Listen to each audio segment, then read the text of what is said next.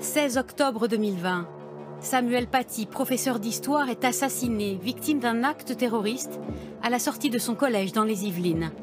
Son nom circulait sur les réseaux sociaux après que l'enseignant a montré des caricatures de Mahomet à ses élèves. Ce voyou ne doit plus rester dans l'éducation nationale. Le gouvernement affiche alors sa détermination à lutter contre, je cite, le cyber-djihadisme. Je lance un fonds qui s'appellera le fonds Marianne. Avec 2,5 millions d'euros, on peut faire beaucoup de choses pour défendre les valeurs de la République.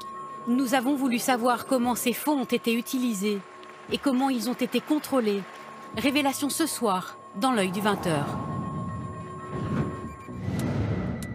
Il y a 2 ans, le ministère de l'Intérieur lance un appel à projet pour soutenir des actions en ligne, à portée nationale, destinées aux jeunes de 12 à 25 ans exposés aux idéologies séparatistes.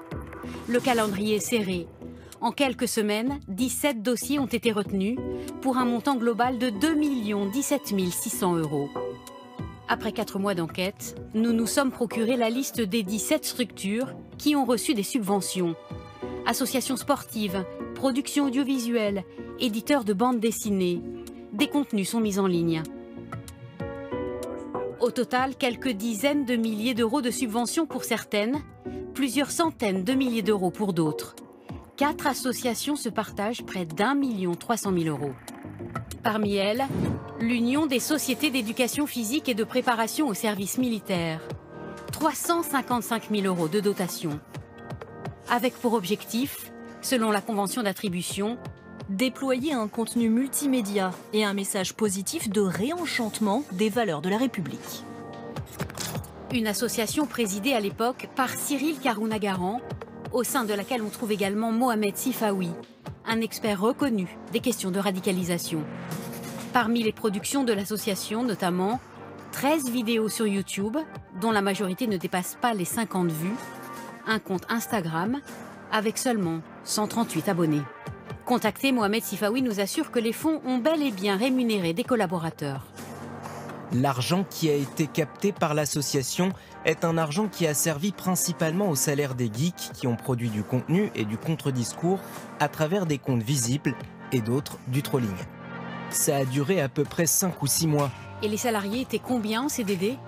En CDD et en pige, je crois une dizaine.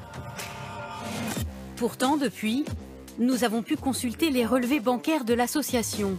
Ils révèlent que ce ne sont pas 10 salariés qui ont été rémunérés, mais seulement 2. De plus, ces relevés bancaires montrent que celle-ci aurait versé 120 000 € aux 2 responsables de la structure, ce qui est contraire au statut de l'association. Les membres de l'Union ne peuvent recevoir aucune rétribution à raison des fonctions qui leur sont confiées. Contactés sur cette question précise, les intéressés ne nous ont pas répondu. L'ancien président de l'association affirme que les dépenses afférentes au fonds Marianne ont rigoureusement été suivies. Ce dossier de subvention a fait des vagues au sein même de l'association. Un avocat a été saisi par les autres membres du bureau qui affirment n'avoir jamais été informés de cet argent public attribué, ni de ses modalités d'utilisation. Il faut initier une procédure judiciaire pour que soit ordonné par la justice à l'ancien président de restituer les archives administratives, comptables, fiscales de l'association, pouvoir comprendre à quoi a correspondu cette subvention et ce qui a été fait en contrepartie. Y aurait-il eu défaillance sur le contrôle de ces subventions au sein du ministère de l'Intérieur?